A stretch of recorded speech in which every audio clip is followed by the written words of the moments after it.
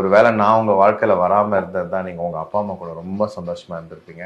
எனக்கு எப்போவுமே அந்த சந்தோஷம் உங்கள் ஃபேமிலியில் உங்கள் கூட இருக்கணுன்றதை நான் பிலீவ் பண்ணுற ஒருத்தன். உங்களுக்கு ஒரு சான்ஸ் இருந்தது to go back in time before knowing me, நீங்கள் போய் இப்போ இவ்வளோ நடந்திருக்கு. ஸோ இஃப் இதை மாற்றுறதுக்கு உங்களுக்கு ஒரு சான்ஸ் இருந்திருந்தா என்ன மாற்றிருப்பீங்க?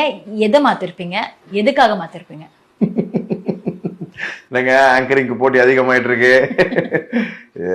Of course if I had an opportunity நான் அழகாக உங்கள் அப்பா அம்மா கிட்டே கொடுத்துருப்பேன். எந்த விதத்துலையும் உங்கள் லைஃப் நான் டிஸ்டர்ப் பண்ணியிருக்க மாட்டேன்.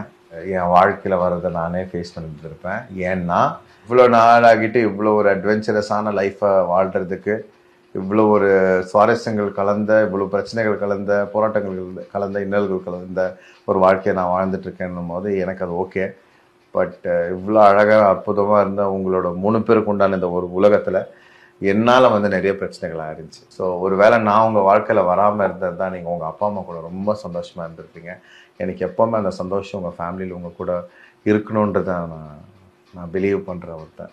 ஸோ அந்த ஒரு காரணத்துக்காக I would have let you be.